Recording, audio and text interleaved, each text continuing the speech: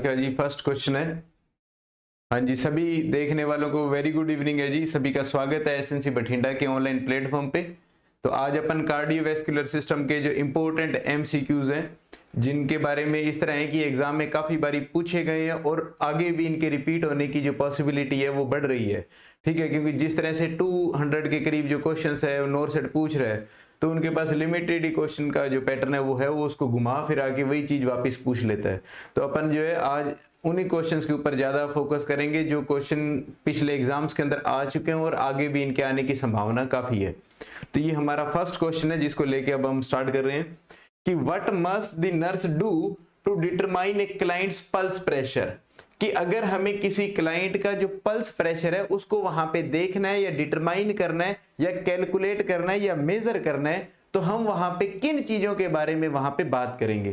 पहला है कि multiply the heart rate by the stroke volume, कि हार्ट रेट को स्ट्रोक वॉल्यूम से मल्टीप्लाई करेंगे तो पल्स प्रेशर आएगा। सेकंड है subtract the diastolic from the systolic reading, कहता है कि हमें क्या करना पड़ेगा, डायस्टोल को माइनस करना पड़ेगा किससे, सिस्टोल से। और थर्ड है determine the mean arterial pressure, जिसको हम मैप बोलते हैं, मीन आर्टीरियल जो प्रेशर है जिसको mean blood pressure, by averaging the two, इनका एवरेज निकाल के हमें वहां पे करना पड़ेगा। और लास्ट वन है calculate the difference between apical pulse and radial pulse. ये चारों ही आप अगर देखा जाए तो एक क्वेश्चन है, चारों ही, इन चारों से पूरे में क्वेश्चन बनते हैं। तो हम इनके एक एक जो ऑप्शन होगा उसके ऊपर बात करेंगे। तो यहाँ पे ये कहता है कि जो इसका राइट आंसर है, पहले मैं आपसे ले लूं, उसके बाद में अपन यहाँ पे जो है हर एक ऑप्शन के ऊपर बात करते हैं। हाँ जी, सारों को वेरी गुड इवनिंग है जी। और अब आप इसका आंसर जो है वो फटाफट से आंसर करिएगा जी।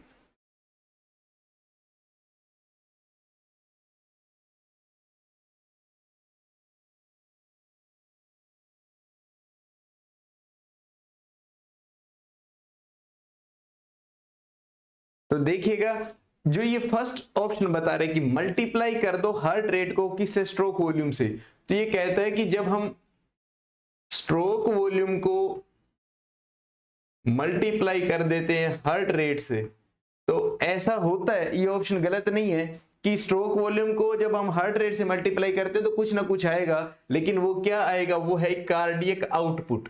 क्या आता है, कार्डियक आउटपुट।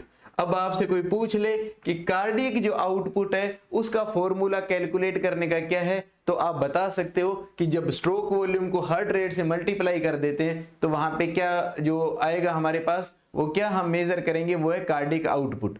तो स्ट्रोक वॉल्यूम किसको बोलते हैं कि वन बीट, जब हार्ट एक बार उसका लेफ्ट वेंट्रिकल कॉन्ट्रैक्ट करेगा तो कितने ml ब्लड जो है वो एओर्टा में जाएगा, उसको स्ट्रोक वॉल्यूम बोलते हैं। और अगर हमें एक मिनट का कैलकुलेट करना हो तो उसको हम हार्ट रेट से मल्टीप्लाई कर दें तो वहां पे हमें क्या देखने को मिलेगा, कार्डिक आउटपुट देखने को मिलेगा। और हार्ट रेट क्या है, number of beat in a minute, एक मिनट के अंदर कितनी बार हार्ट ने बीट किया उसको ही हमने हार्ट रेट बोला। तो एक बीट में तो आता है, उसको हमने बोला कि कितने ml ब्लड अगर एक बीट में आएगा, स्ट्रोक वॉल्यूम। और एक मिनट में कितनी बारी बीट किया उसको बोला हार्ट रेट। उन दोनों को मल्टीप्लाई कर दें तो क्या आता है, कार्डिक आउटपुट।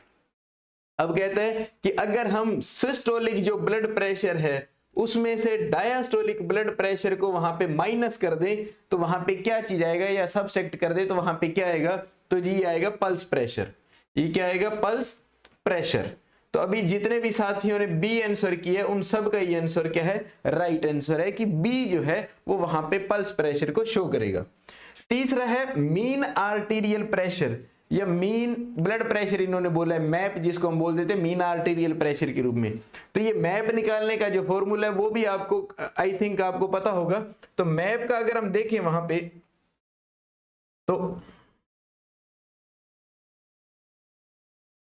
तो मैप अगर हम बताना चाहें तो मैप के अंदर हम क्या बता सकते हैं, तो मैप के अंदर अगर हम बताएं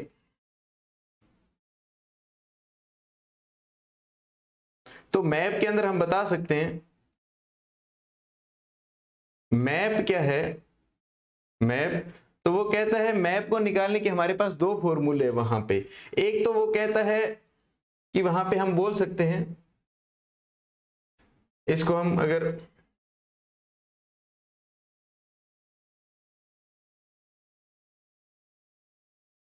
कि अगर हम बोले यहाँ पे कि हम सिस्टोलिक बीपी या उसके हिसाब से भी देख सकते हैं, नहीं तो पल्स प्रेशर के हिसाब से भी देख सकते हैं। तो 1/3 ऑफ पल्स प्रेशर प्लस वहां पे हम क्या बोल दें, डायस्टोलिक ब्लड प्रेशर। अगर 1/3 जो पल्स प्रेशर है, जो भी हमारे पास पल्स प्रेशर की वैल्यू आएगी, जो हमने सिस्टोल में से डायस्टोल घटाएंगे तो जो वैल्यू पल्स प्रेशर की आएगी, अगर उसको 1/3 कर दें और उसमें किस में जोड़ दें, इसको डायस्टोलिक ब्लड प्रेशर में जोड़ दें, तो वो वहां पे हमें शो होगा। आश्रिया सर क्लियर नहीं है, क्या क्लियर नहीं है मैम, थोड़ा सा बताओ। अभी हम बात कर रहे हैं कि मीन आर्टीरियल प्रेशर के बारे में। अगर हम बात करें तो मीन आर्टीरियल प्रेशर कहता है कि 1/3 of pulse pressure plus diastolic blood pressure. इससे भी हम कैलकुलेट कर सकते हैं मीन आर्टीरियल प्रेशर, या हम किससे कैलकुलेट कर सकते हैं, systolic BP plus 2 diastolic BP by 3। इससे भी हम वहां पे जो है मीन जो है वो कैलकुलेट कर रहे हैं। ठीक है, मैडम कह रहे हैं कि वहां पे क्वेश्चन शो नहीं हो रहा। मैम अभी तो अपन ऑप्शन के ऊपर है, क्वेश्चन ऊपर है, उसको हम देखेंगे। हमने पूछा है पल्स प्रेशर किसको बोलते हैं, कि पल्स प्रेशर कैसे काउंट किया जा सकता है, हम उसके बारे में बात करें। हमने अभी बताया उसका राइट आंसर क्या है कि डायस्टोल में से हम अगर जो सिस्टोल में से डायस्टोल अगर घटा देंगे तो वो पल्स प्रेशर आएगा। अब हम हर एक ऑप्शन की बात कर रहे हैं कि पहला इसका ऑप्शन था कि multiply the heart rate by stroke volume. अगर ऐसा करते हैं तो वहां पे क्या आएगा जी, वहां पे कार्डिक आउटपुट। दूसरे में आ गया जी अगर हम सिस्टोल में से डायस्टोल घटाते तो पल्स प्रेशर। अब हम तीसरे की बात करें, मीन आर्टीरियल जो प्रेशर है वो कैसे काउंट करते हैं, तो मीन आर्टीरियल हम दो फॉर्मूले से कर सकते हैं, systolic blood pressure plus 2 diastolic blood pressure upon 3। इनसे हम कैलकुलेट कर सकते हैं। या डायस्टोलिक के अंदर किसको जोड़ दिया जाए, 1/3 ऑफ पल्स प्रेशर, तो वो हमें वहां पे देखने को मिलेगा। तो ये मैप हमने यहाँ पे किया। अब ये चौथा ऑप्शन ये बोल रहा है कि अगर हम एपिकल पल्स में से, जो एपिकल पल्स की रेट है, उस एपिकल पल्स में से अगर हम रेडियल जो पल्स है उसको वहां पे सबट्रैक्ट कर दें या माइनस कर दें, तो वहां पे जो आएगा उसको हम क्या बोलेंगे, पल्स डेफिसिट। क्या बोलेंगे, पल्स डेफिसिट। क्या बोल दिया, पल्स डेफिसिट। तो ये हमने चारों ही ऑप्शन के बारे में वहां पे बात कर ली है। ठीक है, बिल्कुल जी, पल्स डेफिसिट बिल्कुल आपने बताया। तो ये कह रहे हैं कि अभी हमने चारों ऑप्शन में बताया, तो अब अगर हम इन चारों ऑप्शन को देखें तो अभी हमें हर एक ऑप्शन का वहां पे पता लग गया। हमें हर एक ऑप्शन का वहां पे ये पता लगा कि ए ऑप्शन जो है वो क्या कह रहा है, अगर ऐसा हो तो वो कार्डिक आउटपुट कैलकुलेट करेंगे, अगर सिस्टोल में से डायस्टोल घटाएंगे तो पल्स प्रेशर आएगा। थर्ड कहता है मीन आर्टीरियल प्रेशर निकालने का फॉर्मूला हमने देख लिया।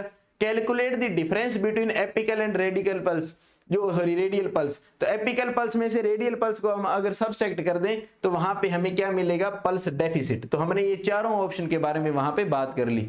राकेश कुमार जी कह रहे हैं मैप 93.3, ये अपने को जी वो देगा तब है आपने मतलब 120/80 से निकाल के देखा है। अगर आप इसकी रेंज देखो ना, मैप की नॉर्मल रेंज अगर आप जिस तरह लिख रहे हो तो मैं बता दूं, इसकी कोई बुक तो कहती है 70 to 100 mm ऑफ एजी।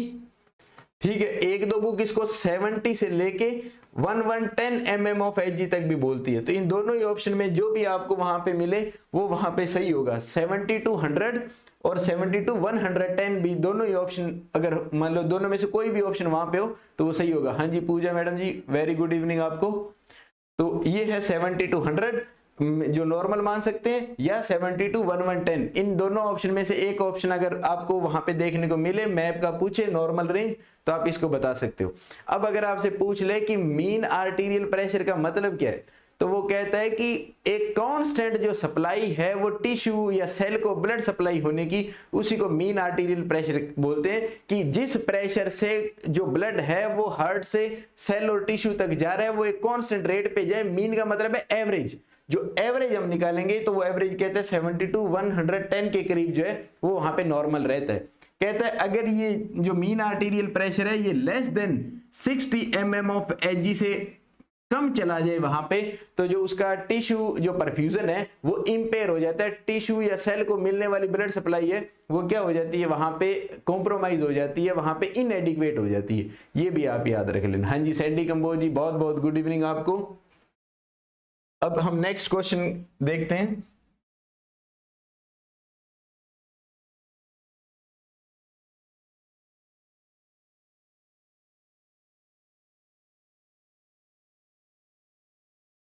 अब हमने सेकेंड ऑप्शन है less than 60 tissue perfusion decrease. हाँ जी बिल्कुल बिल्कुल मैडम। ये कहता है what should the nurse teach a client who is taking anti hypertensive, किसके लिए? To do the minimize orthostatic hypotension. कह रहा है एक पेशेंट है, वो पेशेंट जो है एंटी हाइपरटेंसिव ड्रग ले रहा है। कौन सी ड्रग ले रहा है? Anti hypertensive drug. ठीक है, अब उस एंटी हाइपरटेंसिव का एक साइड इफेक्ट होता है ऑर्थोस्टैटिक हाइपोटेंशन। क्या होता है? Orthostatic hypotension. अब नर्स मरीज को टीच कर रही है वहां पे कि ऑर्थोस्टैटिक हाइपोटेंशन को कैसे मिनिमाइज किया जा सकता है, उसको कैसे कम किया जा सकता है। ठीक है, अब अगर हम बात करें कि ऑर्थोस्टैटिक हाइपोटेंशन क्या चीज है, कहता है कि जब भी कोई पर्सन जो है वो लेटा हुआ है सुपाइन पोजीशन में या वो सिटिंग पोजीशन में है, उन दोनों ही पोजीशन से जब वो स्टैंडिंग की पोजीशन में आती है तो वहां पे जो बीपी है उसके अंदर कुछ फॉल हमें वहां पे देखने को मिलता है। उसी को हम बोलते हैं कि बीपी में कमी आ गई। किसकी वजह से आई? पोस्चर की वजह से। इसलिए इसको पोस्चरल हाइपोटेंशन या ऑर्थोस्टैटिक हाइपोटेंशन वहां पे कहा जाता है। अब ये कहता है भी इसमें हम क्या क्या ऑप्शन वहां पे हैं और उनमें से कौन सा वहां पे राइट होगा उसके बारे में देखते हैं। कहता है वियर सपोर्ट होस। ये सपोर्ट होस क्या चीज होता है? ये वहां पे कंप्रेशन जो स्ट्रोकिंग्स आती है उनको बोलते हैं कंप्रेशन स्ट्रोकिंग्स। ये जो हम स्ट्रोकिंग्स जब हम पेरिफेरल वीनस डिजीज के बारे में बात करते हैं, डीवीटी वाले में, वेरिकोज वेन वाले में, तो जो जुराब की तरह वहां पे जो स्ट्रोकिंग्स आती है, जो थाई हाई की आती है, नी हाई की आती है, उनको कह रहे हैं कि हम उस पर्सन को ऑर्थोस्टैटिक हाइपोटेंशन वाले पेशेंट को वहां पे बोलेंगे कि तूने लगातार वहां पे जो इलास्टिक स्ट्रोकिंग्स भी बोलते हैं इसको, ये कंप्रेशन स्ट्रोकिंग बोलते हैं, वो पहन के रखना है। क्या ये बात सही है? दूसरा कह रहा है lie down for 30 minutes after taking medication, कि आपने जो मेडिकेशन ली है उस मेडिकेशन को लेने के बाद में 30 मिनट तक आपने वहां पे लेट जाना है। ये सही रहेगा? या अवॉइड टास्क, वो काम को अवॉइड करो जिनमें हाई एनर्जी एक्सपेंडिचर, जिनमें हाई एनर्जी का वहां पे एक्सपेंड हो रही है या वहां पे हाई एनर्जी का यूज हो रहा है, कंज्यूम हो रही है अगर हाई एनर्जी, ऐसे कामों को अवॉइड करो। या fourth one, sit on the edge of the bed, bed के किनारे के ऊपर बैठ जाओ फॉर 5 मिनट्स बिफोर स्टैंडिंग, कि जब आप लेटे हुए हो या बैठे हुए हो, मोस्टली तो लेटे हुए हो, लेट के और आप खड़े होने लगते हो तो वहां पे बीपी के अंदर कुछ अल्टरेशन आता है जिसकी वजह से वहां पे ऑर्थोस्टैटिक हाइपोटेंशन या वहां पे पोस्चरल हाइपोटेंशन बोलते हैं। तो अब हम वहां पे क्या करें? तो वो कहता है जैसे ही आप लेट के सीधे खड़े होगे उससे पहले आप क्या करो, वहां पे बेड के किनारे पे बैठ जाओ, पैरों को नीचे की तरफ लटका लो और ऐसे आपने 5 मिनट तक बैठे रहना है। उसके बाद में आप खड़े होगे तो आपको ये ऑर्थोस्टैटिक हाइपोटेंशन है ये वहां पे नहीं देखने को मिलेगा। तो आप लोगों ने जितनों ने भी आंसर दिए बिल्कुल सारों ने सही आंसर वहां पे किया। Fourth one is the right answer. तो बहुत ही बढ़िया, आप लोगों ने सारों ने बिल्कुल सही आंसर वहां पे पुट किया। अब next question,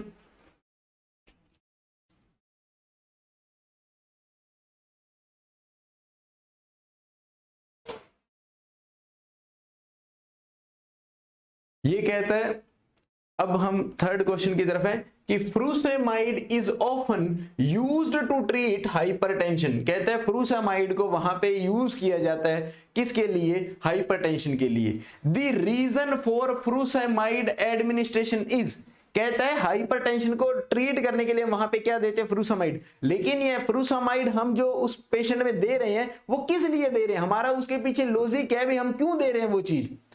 first, it blocks the sympathetic stimulation of the heart, यह हार्ट के सिंपैथेटिक स्टिमुलेशन को डिक्रीज करता है या ब्लॉक करता है। या it inhibits reabsorption of sodium and water in the kidney tubules and दस कंट्रोल ब्लड वॉल्यूम। ये कहता है कि जो किडनी से जो हमारे सोडियम और जो पोटाशियम है उसके रीअब्जॉर्प्शन को ये कम कर देता है और उससे ब्लड वॉल्यूम को ये कंट्रोल करता है। Third one, it helps in reabsorption of sodium and excretion of potassium. Third option वो क्या कह रहा है कि ये फ्रूसेमाइड हेल्प करता है किसके अंदर? सोडियम के रीअब्जॉर्प्शन में और पोटाशियम के, सोडियम की रीअब्जॉर्प्शन में और पोटाशियम के एक्सक्रीशन के अंदर। Fourth one, it dilates peripheral blood vessels, यह जो पेरिफेरल जो ब्लड वेसल है उसको वहां पे क्या करता है? डायलेट करता है। किसको डायलेट करेगा? पेरिफेरल ब्लड वेसल्स को ये क्या करेगा जी? डायलेट करेगा। ये कह रहा है ये। अब आप सारे आंसर वहां पे दीजिएगा।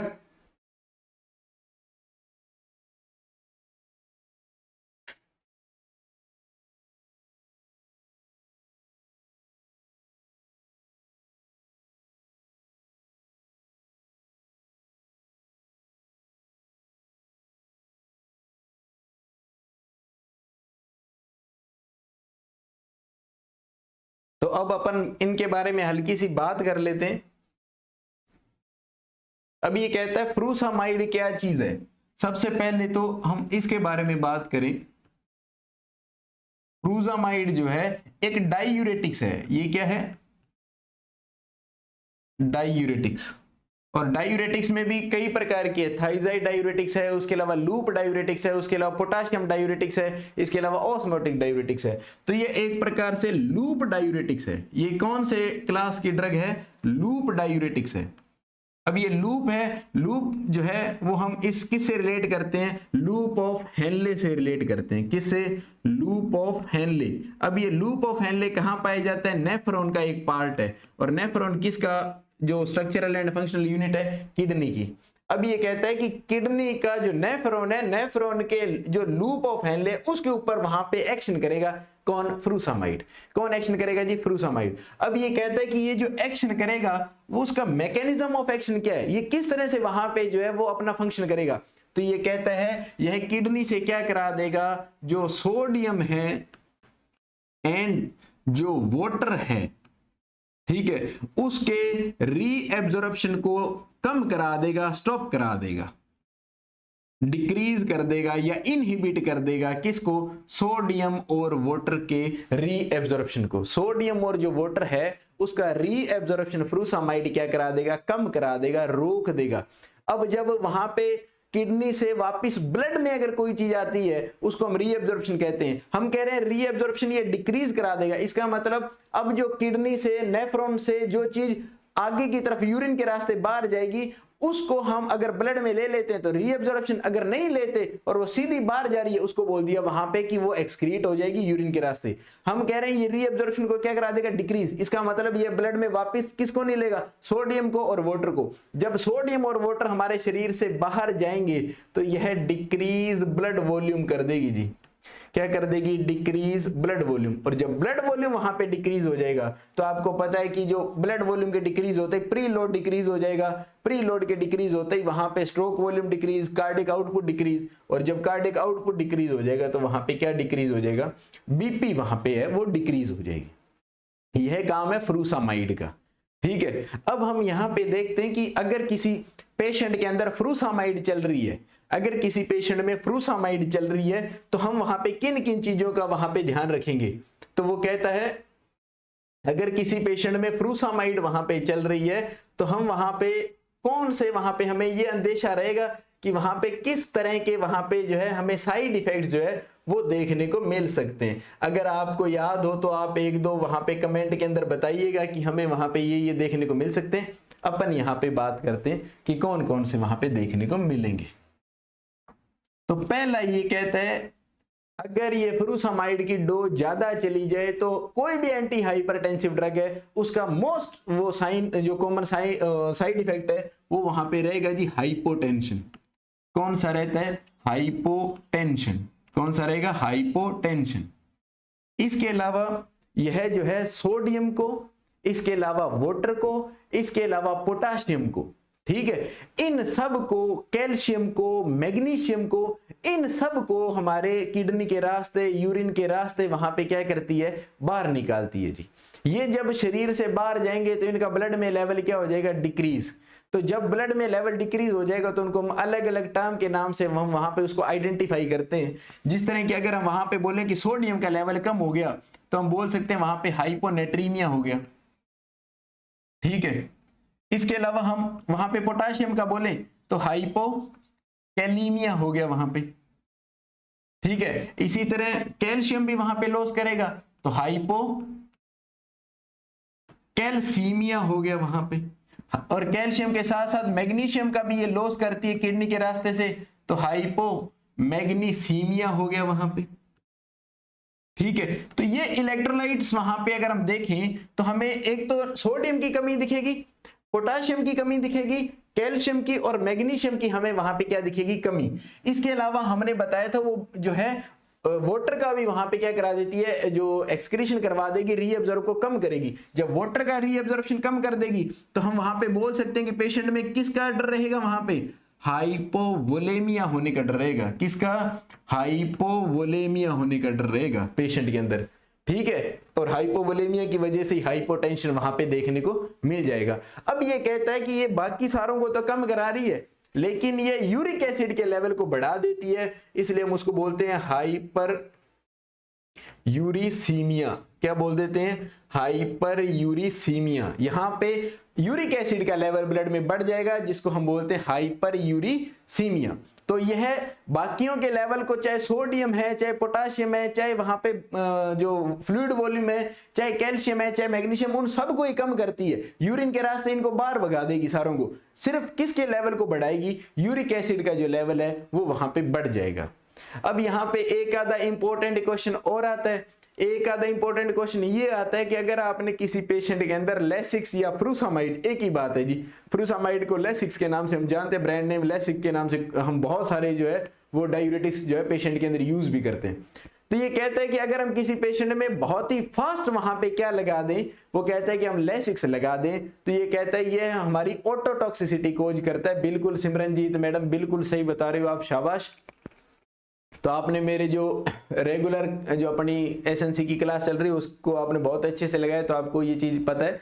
तो वो कह रहा है कि ये ऑटोटॉक्सिसिटी करता है। ऑटोटॉक्सिसिटी का मतलब है कि ये हमारी 8th क्रेनियल नर्व के लिए वहां पे क्या है?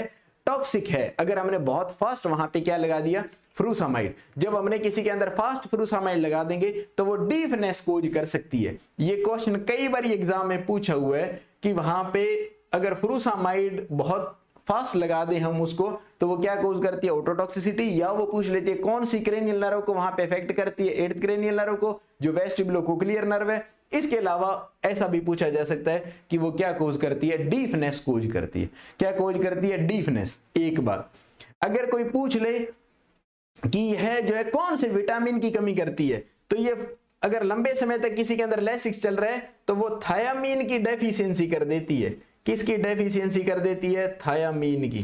किसकी? थायामीन की डेफिशिएंसी कोज करती है। लूप डायूरेटिक्स या वहां पे लेसिक्स है। इसके अलावा जो स्किन है, स्किन के ऊपर रैशेस कोज कर देती है। ये स्किन के ऊपर क्या कोज कर सकती है? रैशेस कोज कर सकती है। क्या कोज कर सकती है? रैशेस कोज कर सकती है। रैश मतलब चकते चकते बन जाएंगे हमारी स्किन के ऊपर, तो वो भी हमें यहाँ पे इस चीज का रिस्क रहता है। तो विटामिन का पूछ ले तो थायमीन की वहां पे जो है डेफिशिएंसी कोज करती है। अगर वहां पे पूछ ले कि अगर फास्ट अगर हम लगा दें किसी के अंदर लेसिक्स, तो वो डीफनेस या ऑटोटॉक्सिसिटी कोज करती है। अगर इलेक्ट्रोलाइट इम्बैलेंस का पूछ ले तो यह हाइपोटेंशन, बीपी को कम करेगी। वो तो हर एक ड्रग जो एंटी हाइपरटेंसिव है उसका हमेशा साइड इफेक्ट क्या रहेगा कि वो हाइपोटेंशन कोज कर सकती है। हाइपोटेंशन किसकी वजह से? हाइपोवोलेमिया की वजह से। और इलेक्ट्रोलाइट का पूछ ले तो सोडियम को भी कम करेगा, पोटाशियम को भी कम करेगा, कैल्शियम को भी कम करेगा और मैग्नीशियम को कम करेगा। बढ़ाएगा किसको? यूरिक एसिड को वहां पे ये बढ़ाएगा। तो ये हमने इस इंपॉर्टेंट जो सवाल है वो हमने देखे यहाँ पे। तो अगर हम यहाँ पे देखें कि अब हमारा जो पिछला जो क्वेश्चन है उसके ऊपर जाएं, तो अब आप इसका इजीली जवाब जो है वो दे सकते हो। पहले आप डी के ऊपर जा रहे थे भाग के कि यह पेरिफेरल ब्लड वेसल को वहां पे डायलेट करती है। नहीं, यह क्या करेगी जी? It inhibits reabsorption of sodium and water in the kidney tubules. ये किडनी ट्यूब्यूल्स के अंदर वहां पे क्या कर देगी जी? किडनी ट्यूब्यूल्स के अंदर सोडियम और वाटर का रीएब्जॉर्प्शन को इनहिबिट कर देगी, वहां पे उसके रीएब्जॉर्प्शन को रोक देगी। और जिससे क्या होगा? ब्लड वॉल्यूम वहां पे कम हो जाएगा और कम होने से बीपी वहां पे क्या हो जाएगा? डिक्रीज। यह यूजुअली हम ऐसे पेशेंट जिसके अंदर हाइपरवोलेमिया है या ऐसे पेशेंट जिसके अंदर हार्ट फेलियर है, हार्ट ने पंप करना छोड़ दिया है, ले दे के हम ये कहना चाह रहे हैं कि हमारे शरीर के अंदर वहां पे क्या पड़ा है? पानी पड़ा हुआ है। हो सकता है इडीमा हो गई, उनके हाथों पैरों के अंदर सूजन आई हुई है, जो ब्लड है वहां से फ्लूइड निकल के सेल और टिश्यू के अंदर पहुंच गया। उन सब कंडीशन के अंदर हम वहां पे लेसिक्स देते हैं, जिससे हम फ्लूइड वॉल्यूम से बॉडी को वहां पे गेट रीड ऑफ करवाना चाहते हैं, निजात दिलाना चाहते हैं, उस जगह हम वहां पे लेसिक्स का यूज करते हैं। अब ये कहता है कि it blocks the sympathetic stimulation of the heart. ऐसी ड्रग्स जो हार्ट के ऊपर सिंपैथेटिक नर्वस सिस्टम का जो इफेक्ट होता है उसको ब्लॉक कर दे, ऐसी कौन सी होगी? तो वहां पे हम बोलते हैं कि वहां पे अल्फा एंड बीटा जो एड्रीनर्जिक ब्लॉकर्स ड्रग आएगी। हम आगे बात करेंगे इनके बारे में। बीटा ब्लॉकर्स जिनको आप बोलते हो, ये भी बीपी के अंदर यूज करते हैं। अल्फा एड्रीनर्जिक ब्लॉकर आप यूज करते हो। यह दोनों ही अल्फा और बीटा एड्रीनर्जिक जो ब्लॉकर्स है वो वहां पे जो है इस मैकेनिज्म ऑफ एक्शन पे काम करती है कि वो एपिनेफ्रिन और नोरेपिनेफ्रिन जो सिंपैथेटिक नर्वस सिस्टम के स्टिमुलेट होने पे वहां पे अपना इफेक्ट दिखाएंगे हार्ट के ऊपर, वो जो है उसके जो मतलब इफेक्ट को या उसके एक्शन को ब्लॉक कर देती है। वो ड्रग कौन सी है? Alpha and beta adrenergic blocker. अब अगर आप इनका नाम देखो तो वहां पे बीटा ब्लॉकर्स के नाम आपको पता होंगे। हमने वहां पे बीटा ब्लॉकर्स के नाम अगर आप देखो तो जितने भी पीछे लोल लगते हैं वो सब एटिनोलोल, वहां पे इसके अलावा लेबिटालोल, इसके अलावा प्रोप्रेनोलोल, एस्मोलोल, ठीक है, ये इतने हम वहां पे बीटा ब्लॉकर्स की बात करते हैं। ठीक है, अब ये दूसरा ये कहता है कि इसके अलावा वहां पे अल्फा एड्रिनर्जिक अगर ब्लॉकर की बात करें तो हम असल में अल्फा 2 की बात करते हैं, पर इतना आप डिटेल में मत जाओ। यहां पे हम जो ड्रग यूज करते हैं वो है मिथाइल डोपा। ठीक है, इसके अलावा हम वहां पे यूज करते हैं क्लोनिडीन। ठीक है, ये हम वहां पे जो है यूज करते हैं अल्फा एड्रिनर्जिक ब्लॉकर्स। हाँ जी, प्रोप्रेनोलोल लिख दीजिए, प्रोप्रेनोलोल। ठीक है, अब ये जो प्रोप्रेनोलोल है ये नॉन सेलेक्टिव बीटा ब्लॉकर्स है। ये क्या है? Non selective. तो यह बीटा 1 और बीटा 2 दोनों को ब्लॉक करती है। इस वजह से इसको जो लंग्स में ये जो ब्रोंक्यूल्स है उसके अंदर वहां पे वैसो कॉन्स्ट्रिक्शन करवा देती है या ब्रोंको कॉन्स्ट्रिक्शन करा देती है। इस वजह से प्रोप्रेनोलोल जो ये मिक्स आती है मतलब नॉन सेलेक्टिव है, इसलिए अस्थमा में कॉन्ट्रा इंडिकेटेड होती है प्रोप्रेनोलोल। ये कई बार क्वेश्चन आता है, propranolol is contraindicated in asthma. Asthma में नहीं देते क्योंकि यह क्या कर देती है, क्योंकि सिंपैथेटिक नर्वस सिस्टम वहां पे ब्रोंक्यूल्स का डायलेशन कराता है, जबकि ये सिंपैथेटिक सिस्टम के जो एक्शन है, मैकेनिज्म एक्शन है, उसको रोक देगी। तो ये क्या कराएगी? Broncho constriction. इस वजह से इसको अस्थमा में नहीं दिया जाता है। ठीक है, एक ये बात याद रख लेना। और ये अल्फा एड्रिनर्जिक ब्लॉकर में मिथाइल डोपा और क्लोनिडीन। अगर आपसे कोई पूछ ले, ये एग्जाम में कई बार क्वेश्चन भी आया हुआ है कि अगर कोई पेशेंट है जो प्रेग्नेंट लेडी है और उसके अंदर बीपी जो है वो बढ़ा हुआ है, आप वहां पे ड्रग ऑफ चॉइस किसको यूज करोगे? हम वहां पे मिथाइल डोपा यूज किया जाता है। क्या यूज किया जाता है? Methyl dopa. बाकी आपको अपने फार्मा के और गायनी के जो अर्जुन सर है वो बहुत अच्छे से आपको ये चीज बताई भी होगी आपको और आपको याद भी होगी। मिथाइल डोपा, क्लोनिडीन, ये अल्फा एड्रिनर्जिक ब्लॉकर्स है। ठीक है, और ये बीटा ब्लॉकर्स के अंदर हमने एटिनोलोल, लेबिटालोल, प्रोप्रेनोलोल, एस्मोलोल ये हमने वहां पे देखी है। ठीक है, ये हमने बात की। अभी एक बीच में बोल रहे थे कि टोरसिमाइड के बारे में बता दो। ये फ्रूसामाइड की क्लास है जी। ये डाइटोर के नाम से टेबलेट आती है, टोरसिमाइड, डाइटोर के नाम से। यह भी सेम ही एक्शन करती है जिस तरह से फ्रूसामाइड वहां पे एक्शन करती है। सेम लूप डायूरेटिक्स है ये भी, डाइटोर। ये कई बार डाइटोर के नाम से या डाइटोर प्लस के नाम से भी आती है ये। ठीक है, ये तीसरा, it helps in reabsorption of sodium and excretion of potassium. यह इस तरह का वहां पे इफेक्ट कौन रखता है? यह फंक्शन है जी एल्डोस्टेरोन का। यह किसका फंक्शन है? एल्डोस्टेरोन का फंक्शन है। एल्डोस्टेरोन क्या करता है? सोडियम और वाटर का तो रिटेंशन कर लेता है और पोटेशियम का एक्सक्रीशन करता है, तो ये वाला। और चौथा है, it dilates peripheral blood vessels. ये जितने भी वहां पे वेजोडाइलेटर्स हम पढ़ेंगे ना, वेजोडाइलेटर्स, उनके बारे में हम बात करेंगे। वो क्या करते हैं? पेरिफेरल वेसल का वहां पे जो है वो डायलेशन करवा देते हैं। और आपको पता है किसी भी जो ब्लड वेसल का डायमीटर बढ़ता है तो उसका ब्लड प्रेशर कम होगा। हमने रेगुलर क्लास के अंदर भी आपको बताया था कि जो ब्लड वेसल का साइज है वो वहां पे इनवर्सली प्रोपोर्शनेट होता है किसके? वहां पे ब्लड प्रेशर के। अगर ब्लड प्रेशर बढ़ेगा तो उसका साइज डिक्रीज होगा ब्लड वेसल का। अगर ब्लड वेसल का साइज इंक्रीज होता है या डायलेट होता है तो वहां पे बीपी है वो फॉल होगा। तो ये हमने यहाँ पे फ्रूसामाइड और एक आदि और ड्रग्स के बारे में यहाँ पे बात की। अब नेक्स्ट क्वेश्चन है कि which of the following factor is found to be effective in lowering blood pressure. BP को कम करने में नीचे वाले में से कौन से जो फैक्टर है वो इफेक्टिव वहां पे रहेंगे?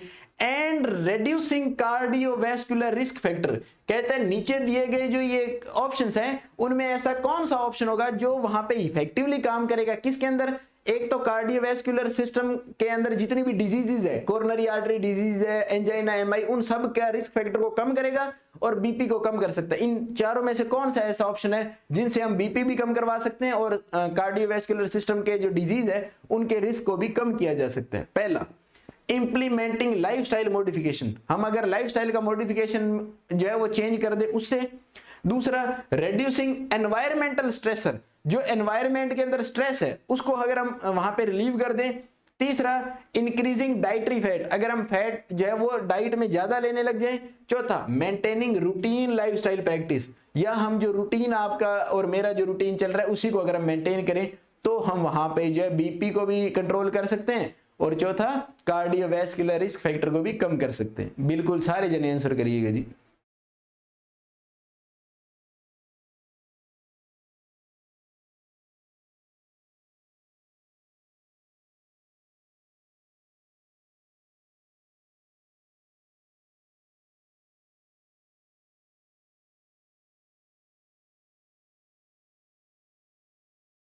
फटाफट से आंसर करिएगा सारे जी।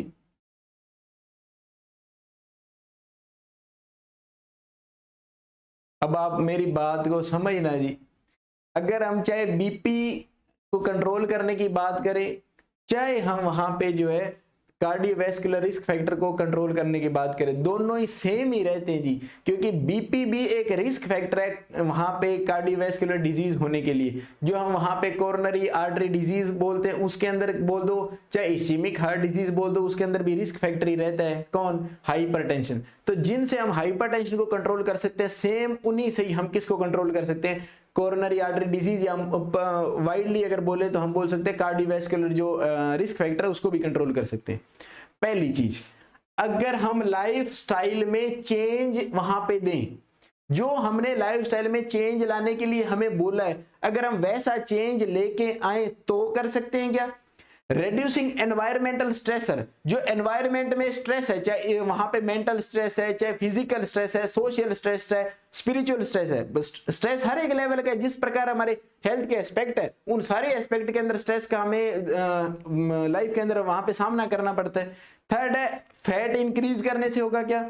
चौथा, रूटीन लाइफस्टाइल प्रैक्टिस, जो आप मोस्ट ऑफ जो है वो डी यूज कर रहे हो। रूटीन तो आप सब लोग फॉलो कर ही रहे हो कि सीडेंटरी लाइफस्टाइल फॉलो कर रहे हो, आपकी खा लिया पी लिया बैठ गए, सो लिए, फिर खा लिया पी लिया बैठ गए। तो रूटीन हमें फॉलो नहीं करना है जी, ये रूटीन ही तो हमें वहां पे कार्डियोवैस्कुलर रिस्क फैक्टर की तरफ लेके जा रहा है। रूटीन आपका सही नहीं है, वो आपने मेंटेन नहीं करके रखना है, आपने उसमें चेंज करना है। जो आपको चेंज के लिए बोला था कि वहां पे आपने जो फैटी डाइट है उसको कम करना है, तो यहां पे तो ये कह रहा है फैटी डाइट डिक्रीज कर रहा है, तो ये ऑप्शन भी गलत हो गया। फैट को कम करना है, सोडियम को डाइट, जो सोडियम या सोल्टी डाइट है उसको कम करना है, वहां पे स्पाइसी फूड को कम करना है, पैक्ड फूड को कम करना है, सिगरेट अल्कोहल है, उसके अलावा टोबैको चीविंग है, इन सब को वहां पे स्टॉप कर देना है। ठीक है, इसके अलावा फाइबर डाइट्स ज्यादा लेनी है, एक्सरसाइज ज्यादा करनी है, वेट रिडक्शन, हमारा जो वेट है उसको कम करवाना है। ओबेसिटी जो है वो एक बहुत ही मेजर वहां पे रिस्क फैक्टर फॉलो होता है, जो आगे जाके वहां पे हाइपरटेंशन भी कॉज करता है, डायबिटीज भी कॉज करता है, और वहां पे कार्डियोवैस्कुलर जो डिजीज है उसके लिए भी वहां पे रिस्क फैक्टर जो है उसकी तरह काम करता है, और रिस्क बढ़ जाता है, और बहुत लोगों के अंदर वहां पे कोलेस्ट्रॉल बढ़ जाता है। ओबीस जितने भी पर्सन है उनके अंदर वहां पे जो है कोलेस्ट्रॉल बढ़ेगा, और कोलेस्ट्रॉल की वजह से कोरोनरी आर्टरी डिजीज या इस्चेमिक हार्ट डिजीज होने का रिस्क रहता है। और जो ये आ गया अब यहाँ पे कि स्ट्रेस को रिमूव, आप अपनी जिंदगी से स्ट्रेस को पूरी तरीके से नहीं वहां पे स्ट्रेस को रिड्यूस कर सकते। स्ट्रेस आपकी डेली लिविंग का एक हिस्सा है, क्योंकि जब भी स्ट्रेस आएगा वो आपको सिखा के जाएगा, आपकी परसेप्चुअल फील्ड को इंक्रीज करेगा, आपकी लर्निंग एंड प्रॉब्लम सॉल्विंग जो एक्टिविटीज है उसको वहां पे इंक्रीज करेगा। तो आप कंप्लीटली या वहां पे हर एक एस्पेक्ट में स्ट्रेस को कंट्रोल नहीं कर सकते। बिल्कुल, स्ट्रेस को अगर आप कंट्रोल करोगे तो वहां पे दिक्कत कम होगी, लेकिन आप कंट्रोल नहीं कर सकते। फिजिकल स्ट्रेस को आपने अगर वहां पे कंट्रोल किया तो मेंटल आ जाएगा, मेंटल हो गया तो सोशल आ जाएगा, कोई कुछ चलता रहता है जिंदगी के अंदर। तो ये भी वहां पे हम कंप्लीटली नहीं कर सकते। हम किससे कर सकते हैं? तो हम दो चीजों से कर सकते हैं, मैंने बताया भी था, एक तो डाइटरी मॉडिफिकेशन कर लो, एक लाइफस्टाइल मॉडिफिकेशन कर लो। तो हम जो लाइफस्टाइल मॉडिफिकेशन है उसको अगर हम इंप्लीमेंट करते हैं तो हमें वहां पे जो है वो फर्क वहां पे देखने को मिलेगा। तो इंप्लीमेंटिंग लाइफस्टाइल मॉडिफिकेशन, ये वहां पे राइट आंसर रहेगा कि अगर हमने हमारी लाइफस्टाइल के अंदर चेंज कर लिया और हेल्दी लाइफस्टाइल वहां पे हमने जो है वो इंप्लीमेंट कर लिया, तो वहां पे बीपी भी कम किया जा सकता है और कार्डियोवैस्कुलर डिजीज के रिस्क को भी हम वहां पे कम कर सकते हैं। तो रूटीन को फॉलो नहीं करना है। मुझे जो है उम्मीद थी आप लोगों से, जब मैं ये क्वेश्चन बना रहा था तो मुझे था कि आप लोग इसी के ऊपर ज्यादा जाओगे वहां पे, रूटीन नहीं। ए ऑप्शन है बिल्कुल सही है, जिन्होंने भी ए ऑप्शन किया है, राकेश कुमार जी है उन्होंने वहां पे ए ऑप्शन, अभी कमल जी ने भी बताया, मनदीप कौर मैम ने, अभी सुनैना ने भी वहां पे ए ऑप्शन बताया। तो ये जिन्होंने भी ए ऑप्शन बताया वो सारे सही है जी।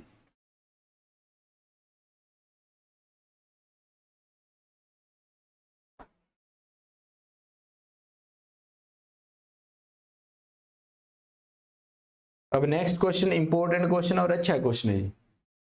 A patient with hypertension has been prescribed an angiotensin converting enzyme inhibitors।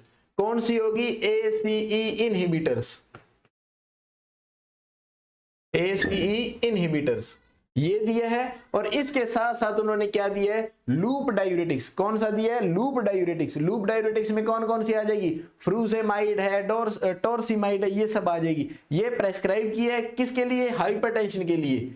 The expected outcome of this therapy is। अब हम क्या वहां पे उम्मीद करें? पॉजिटिव वहां पे हम क्या एक्सपेक्ट करें कि वहां पे हमें ये देखने को मिलेगा कि हाँ, अब इसका मतलब है कि वहां पे जो ड्रग्स है वो सही से काम कर रही है, जिस काम के लिए हमने उसको लिया है वो काम सही कर रही है। तो देखिएगा, excretion of calcium with diuretic effect, ये कह रहा है कि इसका सही इफेक्ट हमें कैसे पता लगेगा? अगर वहां पे कैल्शियम का एक्सक्रीशन हो रहा है तो, या दूसरा an increase in diastolic BP, अगर डायस्टोलिक ब्लड प्रेशर बढ़ रहा है तो हमें ऐसा लगेगा कि वहां पे जो है वो ये थेरेपी सही काम कर रही है। तीसरा, ए डिक्रीज इन बीपी, या ब्लड प्रेशर में अगर डिक्रीज हो रहा है तो हम बोलेंगे, या वहां पे हाइपोटेंशन हो रहा है तो हम वहां पे बोलेंगे कि भाई ये थेरेपी सही से काम कर रही है। बताइएगा जी। हाँ जी, गुड इवनिंग वीरपाल मैम, आपका बहुत बहुत स्वागत है जी।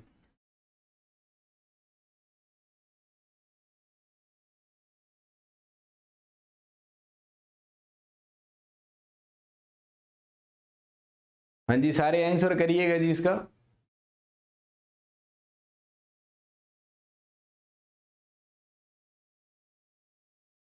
अब देखिएगा, ये कह रहा है कि excretion of calcium with diuretic effect. बिल्कुल, अगर आप लूप डायूरेटिक्स वहां पे दे रहे हो, अगर आप वहां पे लूप डायूरेटिक्स दे रहे हो तो कैल्शियम वहां पे निकल रहा है। अभी हमने पढ़ा कि ये हाइपोकैल्सीमिया करता है, पर आपने एक चीज नोट नहीं की, यहां पे ये कहता है एक्सपेक्टेड, जो हम उम्मीद करते हैं, और यह लूप डायूरेटिक्स का वहां पे साइड इफेक्ट है कि वहां पे हाइपोकैल्सीमिया होता है, क्योंकि ये कैल्शियम को निकाल देती है वहां पे। तो ये एक्सपेक्टेड वहां पे आउटपुट नहीं है, या एक्सपेक्टेड आउटकम नहीं है, ये साइड इफेक्ट है लूप डायूरेटिक्स का, कैल्शियम। अब आ गया increase in diastolic blood pressure, नहीं, बीपी तो बढ़ा हुआ है, हाइपरटेंशन है, इसीलिए तो हम ये दे रहे हैं, ये तो बिल्कुल ही गलत है। अब आ गया डिक्रीज इन ब्लड प्रेशर, कि बीपी में डिक्रीज करो। चौथा आ गया हाइपोटेंशन, मतलब ब्लड प्रेशर को वहां पे डिक्रीज हो गया। तो अब इन दोनों में भी तो कंफ्यूजन हो सकता है, भाई सी होगा या डी होगा। जिस तरह सुनैना ने डी किया भी है इसका, तो मैं फिर बता दूं, मैं अभी थोड़ी देर पहले ही बता के गया हूं, अगर किसी पेशेंट में एंटी हाइपरटेंसिव चल रही है तो उसका साइड इफेक्ट वहां पे होता है हाइपोटेंशन, ना कि उसका एक्सपेक्टेड आउटकम होता है। ये भी क्या है? Side effect.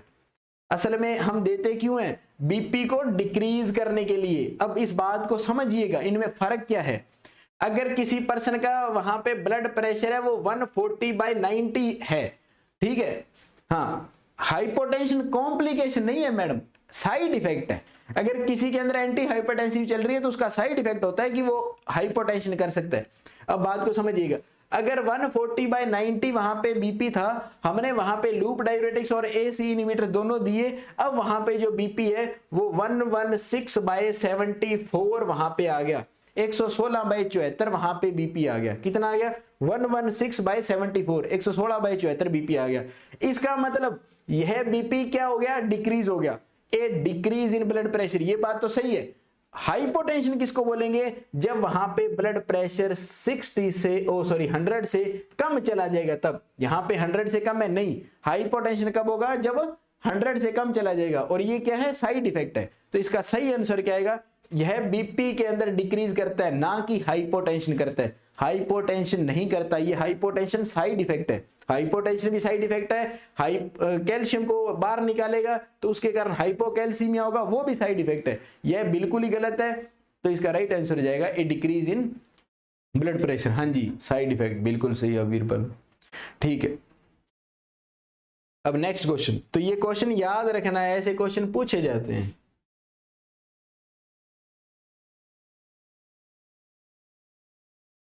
अब नेक्स्ट क्वेश्चन है जी,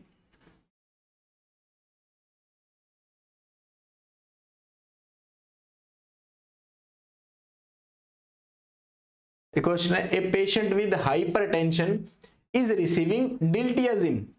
यह डिल्टियाजिम देते हैं। डिल्टियाजिम क्या है? कैल्शियम चैनल ब्लॉकर है। डिल्टियाजिम क्या है? कैल्शियम चैनल ब्लॉकर है। क्या है? कैल्शियम चैनल ब्लॉकर है। कौन? डिल्टियाजिम। तो ये डिल्टियाजिम दिया है। The nurse understand that this drug lowers blood pressure. अब ये पूछ रहा है कि ये जो कैल्शियम चैनल ब्लॉकर है ये किस तरह से वहां पे जो है बीपी को वहां पे कम करता है, डिक्रीज करता है, कैसे करता है? मैकेनिज्म ऑफ एक्शन पूछ रहा है कैल्शियम चैनल ब्लॉकर्स का। पहला, प्रमोटिंग वैसोडाइलेशन। दूसरा, यह रिड्यूस करता है ब्लड वॉल्यूम को। तीसरा, इंक्रीजिंग हार्ट रेट करता है, या इंक्रीजिंग पेरिफेरल वैस्कुलर रेजिस्टेंस, या यह पेरिफेरल वैस्कुलर रेजिस्टेंस को इंक्रीज करता है। इनमें से कौन सा सही आंसर है? आप फटाफट से बताइएगा जी।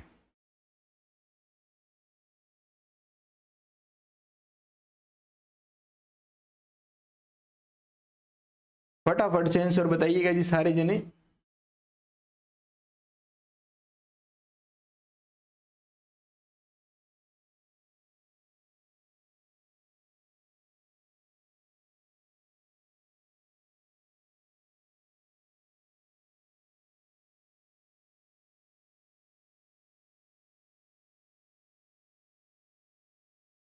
अब देखिएगा जी, कैल्शियम चैनल ब्लॉकर है, यह क्या करता है? यह जो कैल्शियम आयंस हैं, जो कैल्शियम आयन है, एक सेकंड, जो कैल्शियम आयंस है उनको कहां नहीं लेके जाने देता ये? तो वो कह रहा है उनको कहां नहीं लेके जाने देगा? तो कह रहा है जो ब्लड वेसल्स है, ये अब तक विजिबल है? एक सेकंड,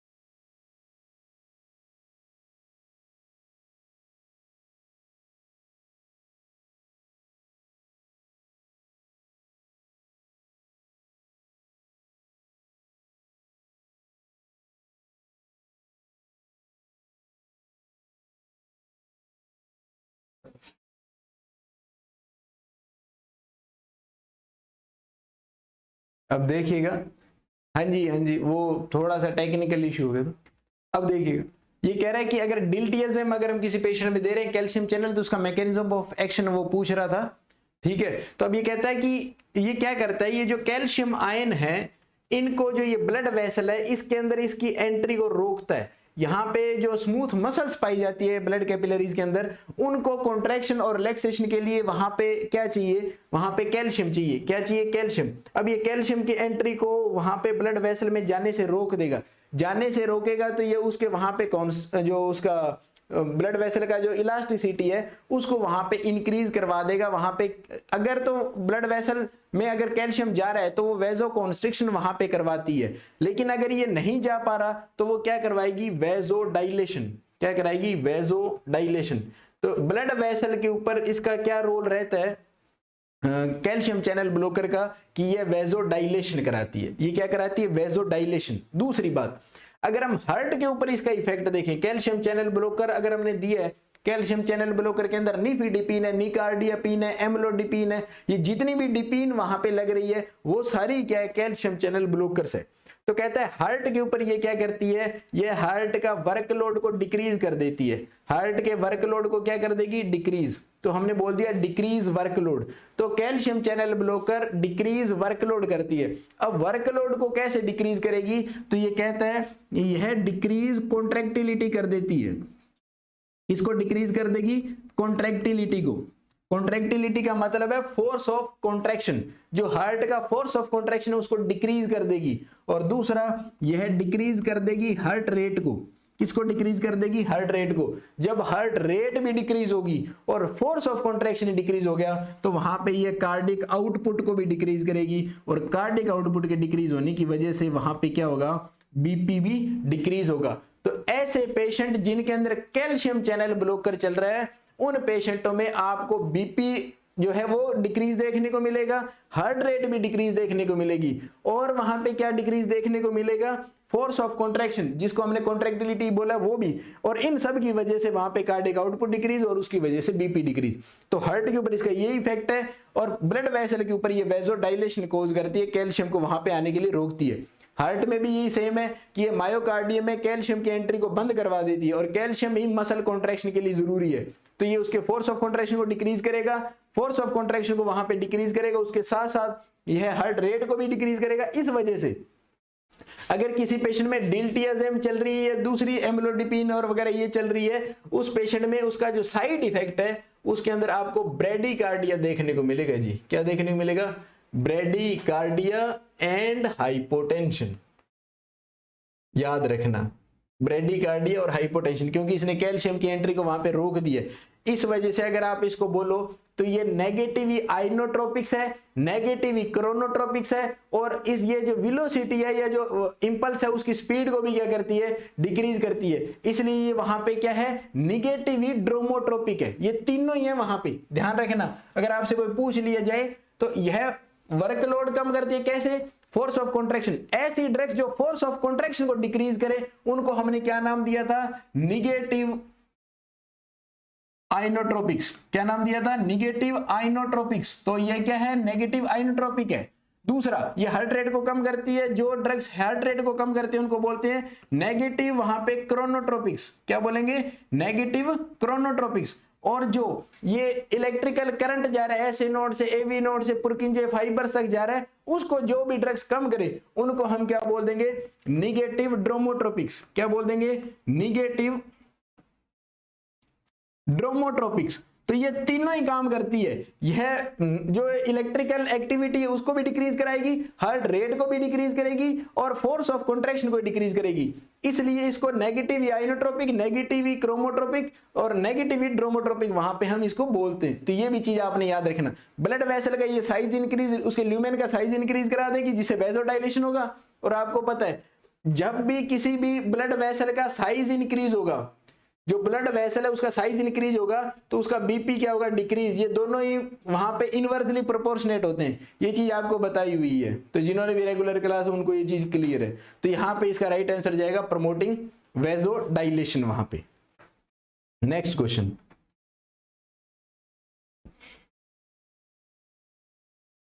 ये कहता है एक पेशेंट है जो वहां पे निफिडिपिन ले रहा है। अभी निफिडिपिन का आपको पता है, निफिडिपिन क्या चीज है, कैल्शियम चैनल ब्लॉकर। क्या है, कैल्शियम चैनल ब्लॉकर।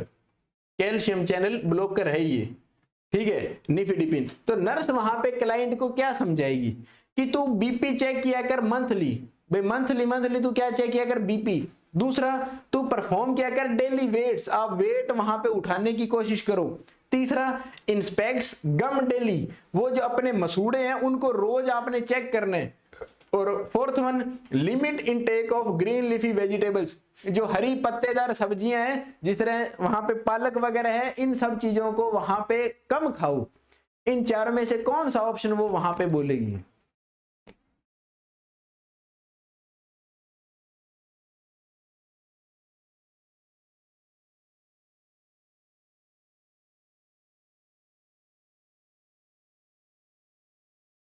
फटाफट से बताइएगा जी।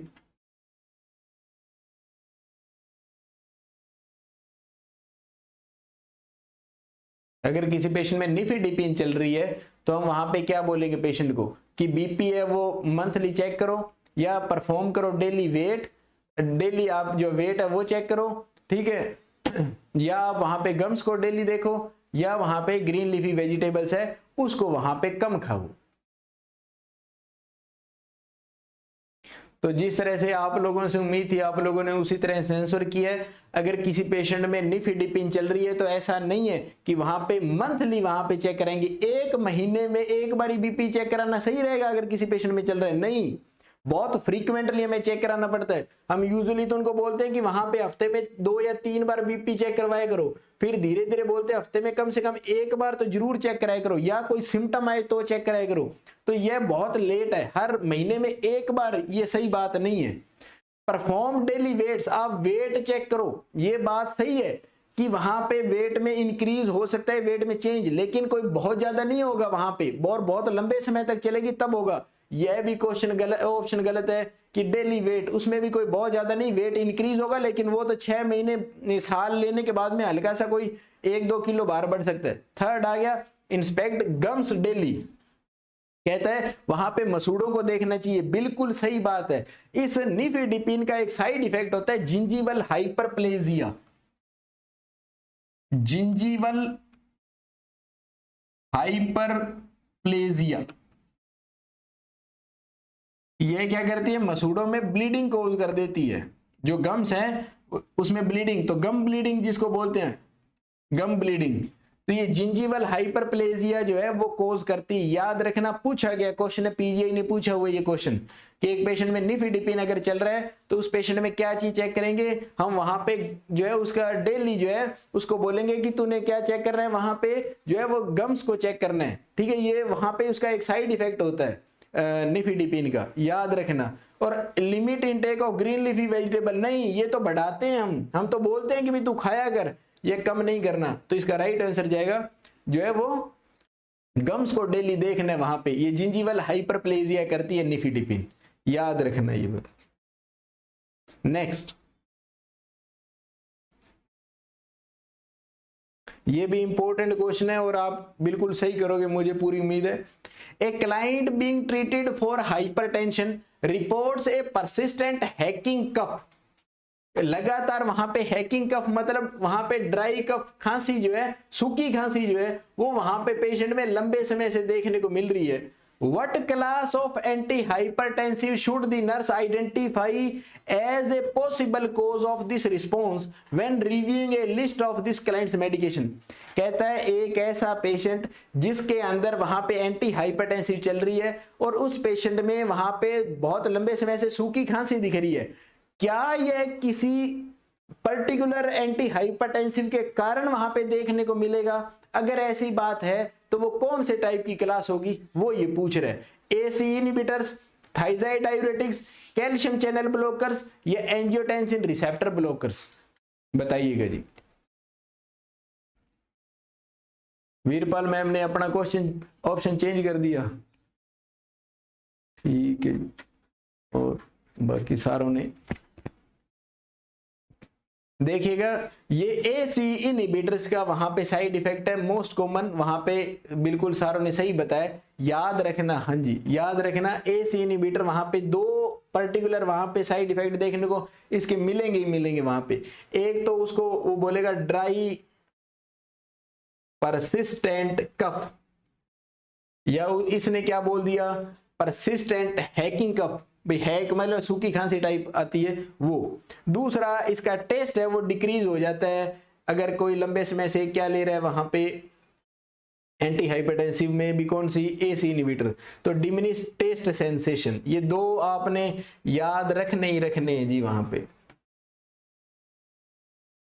कि अगर किसी पेशेंट में जो है एंटी हाइपरटेंसिव की एसी इनहिबिटर्स, मतलब एंजियोटेंसिन कन्वर्टिंग एंजाइम इनहिबिटर्स अगर ड्रग चल रही है, उन ड्रग्स के नाम जिनके पीछे प्रिल लगा हुआ होता है, इनालाप्रिल, लेंसोप्रिल, लिसिनोप्रिल, रेमिप्रिल, ठीक है, ये जितनी भी प्रिल, कैप्टोप्रिल, ये सब जितनी भी प्रिल वाली ड्रग्स है, ये calcium angiotensin converting enzyme inhibitors है, जो एंजियोटेंसिन फर्स्ट को किस में कन्वर्ट नहीं होने देगी, एंजियोटेंसिन सेकंड के अंदर वहां पे ये कन्वर्ट है वो नहीं होने देगी जी। और अगर उसको कन्वर्ट नहीं होने देगी तो एंजियोटेंसिन जो सेकंड है, वो एंजियोटेंसिन सेकंड एक पोटेंट, बहुत ही पावरफुल वहां पे वेजो कॉन्स्ट्रिक्टर है, और जब वेसल को कॉन्स्ट्रिक्ट करेगा तो बीपी बढ़ाएगा। और एंजियोटेंसिन सेकंड एक तो खुद पावरफुल वहां पे वेजो कॉन्स्ट्रिक्टर है, दूसरा ये आगे जाके जो एड्रिनल कॉर्टेक्स है उसकी वहां पे जो है वहां से एल्डोस्टेरोन का रिलीज करा देता है। तो जो जोना ग्लोमेरुलोसा जो लेयर होती है वहां से क्या रिलीज करा देगा जी, वहां पे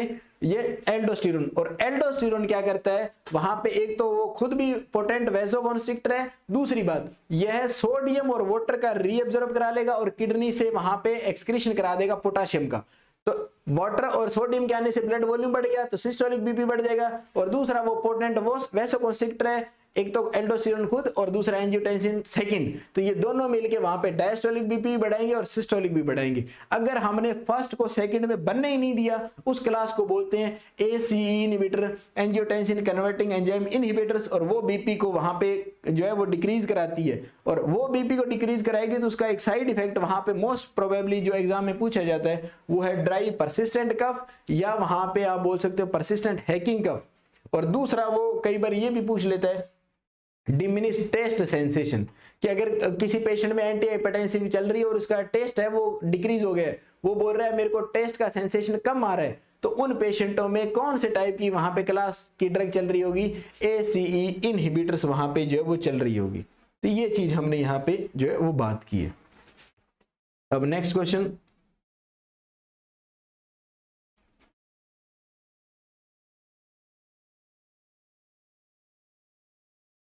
क्वेश्चन देखिएगा, what client response indicate to the nurse that a vasodilator medication is effective.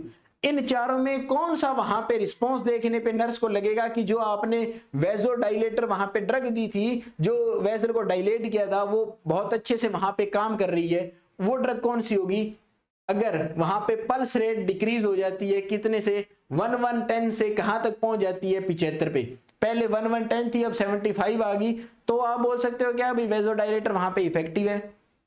या absence of adventitious breath sound, जो वहां पे ब्रेथ साउंड बहुत भारी भारी ब्रेथ साउंड वहां पे देखने को मिल रहे थे, बड़े बड़े ब्रेथ साउंड जो है वो इडीमा, पल्मोनरी इडीमा को शो करता है या कंजेशन को शो करता है लंग्स में, वैसा अगर आ रहा था वहां पे साउंड और वो अब बंद हो गया, वो वहां पे शो करेगी। या increase in daily amount of urine produced, जो डेली यूरिन की जो अमाउंट है वो अगर बढ़ गई हो, उससे आपको पता लगेगा कि वेसोडाइलेटर वहां पे इफेक्टिव है। या जो बीपी है वो चेंज हो गया 154/90 से 126/72, बताइएगा जी।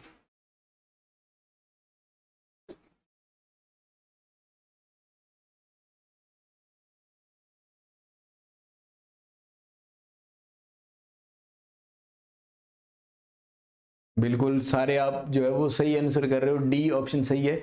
पल्स रेट का यहाँ पे फर्क नहीं पड़ेगा जी, वेसोडाइलेटर जो होगी वो ब्लड वेसल का साइज वहां पे इंक्रीज करेगी, जिससे बीपी क्या होगा, डिक्रीज। तो ये आपने बिल्कुल सही वहां पे बताया। इंक्रीज यूरिन आउटपुट नहीं, ये डायूरेटिक्स का काम है जी, ये किसका काम है, डायूरेटिक्स का काम है। Absence of adventitious breath sound, breath sound वाले में हम वहां पे जो कंजेस्टिव हार्ट फेलियर वगैरह है वहां पे हम या तो डायूरेटिक्स या डिजोक्सिन या डिगोक्सिन जो आप बोलो इसको, वो देते हैं, तो वो ये चीजें कराएगी। पल्स रेट नहीं, वेसोडाइलेटर किस पे इफेक्टिव है, बीपी के ऊपर इफेक्टिव है, तो इसका बिल्कुल राइट आंसर है वो डी जाएगा जी। तो अभी अपना 1 आवर जो है वो कंप्लीट हो गया जी। तो आज का ये सेशन है हम इसको यहीं तक रखते हैं, कल सेम टाइम हम यहीं पे इससे आगे के जो क्वेश्चन है उसको हम वहां पे जो है वो कंटिन्यू करेंगे। जितने भी साथी है जो सीरियसली नॉरसेट की या Baba Farid university of health science की जो वैकेंसीज के लिए प्रिपरेशन करना चाहते हैं, उनको मैं बता दूं कि हम डेली लाइव क्लास तो लेंगे ही लेंगे, लेकिन यह आपके लिए इनफ नहीं होगी, क्योंकि आपको काफ़ी ज़्यादा जो है वो टाइम चाहिए एक एमसीक्यू के लिए। अगर आप एमसीक्यू जो है उस सेशन के साथ हमारे साथ जुड़ना चाहते हो तो ऑनलाइन और ऑफलाइन हमारे जो बैचेज है वो वहाँ पे स्टार्ट है, एमसीक्यू की टेस्ट सीरीज भी आप वहाँ पे ले सकते हो। ठीक है, तो आप हमसे जुड़ने के लिए ये जो स्लाइड में नंबर चल रहा है 8360423548, इसके ऊपर कॉल करके और आप जो है अपनी सीट है वो वहाँ पे बुक करवा सकते हो ऑफलाइन के लिए। ऑनलाइन के लिए भी आप हमारी ऐप का सब्सक्रिप्शन ले सकते हो। तो आप सभी जो है हमारे जो रेगुलर स्टूडेंट देख रहे हैं उनका रिस्पॉन्स बहुत ही अच्छा है, आप इसी तरह से पढ़ते रहिएगा।